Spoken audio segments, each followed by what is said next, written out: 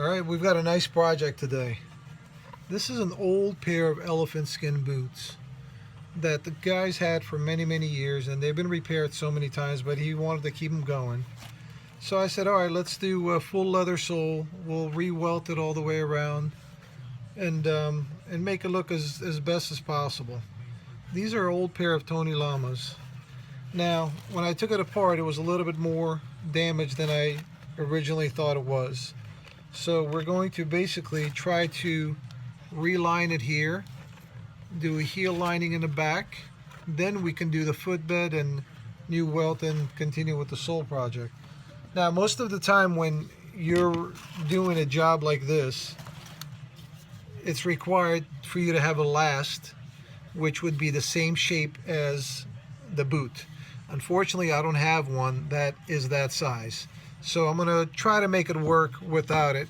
I've done it in the past before, but is it harder to do? Yes, it's a little bit more time consuming. You got to be precise when you put it back together so the same shape of the foot, but it's possible. It's not an impossible task. This is basically the lining that I took apart. This is where his toes were rubbing on it, and as you can see, they put holes in it. So we're going to cut a new piece of leather.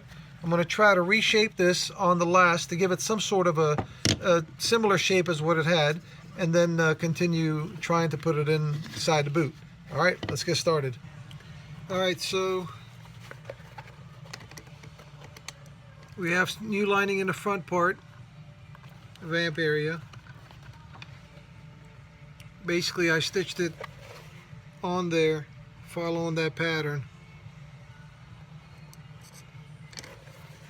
I molded it a little bit. I wet the leather, I molded it a little bit to some sort of a shape, better than flat piece of leather.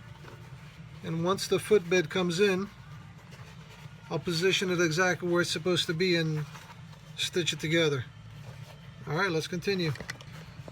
All right, so we've got the heel lining done also. You can see it or not. So basically we've got new lining, the area where the elephant skin is, the vamp area, also the back area here. So next comes the footbed. Now this is the original footbed right here. As you can see, I'm not going to be able to reuse that, so we're going to cut a new one. So this gets a little tricky because the way this construction is, it's got a, let me see if I can find the other one. Basically there's, never mind. Yeah, there's a ribbon right there that it's attached to the edges of the leather, and then the welt and the uppers are stitched together. So what we're going to do, we're going to open a groove here and then stitch the uppers and the welt right onto the leather itself, instead of putting a ribbon there. All right, let's get going. All right, so this is the new footbed. So these channels right here, basically the way it's going to work, it's going to come like this with the welt on the side and all stitched together all the way around. Wish me luck. Alright, so we're slowly making progress.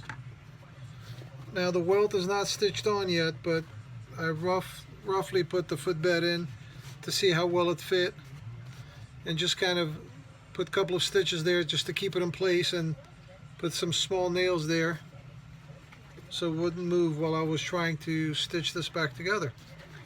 So I'm going to stop at this point and just kind of get my thought together and see if I'm going to keep that style of footbed or change it to something else. I'm not sure just yet. I had a second thought after I finished it, so let me think on some more and then we'll get back to you. Alright, let's continue. Alright, so I removed this footbed. I don't know, I just don't think this is the right style for the boots, so I made another one. Basically, I opened the slit right there where the stitch is going to go into, and after it's stitched, we close it down. Alright, so let's continue. Alright, so we're making progress. Now we're stitching the welt on. That'll continue going all the way around the boot, and then we'll secure the shank area here in the back. Like I said, we're making progress. Alright, let's continue. Alright. So we've got the welt on.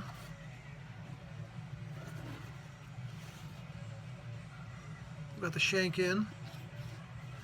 Now at this stage, I think I'm going to call the customer and have him come in and try it on and see how it fits.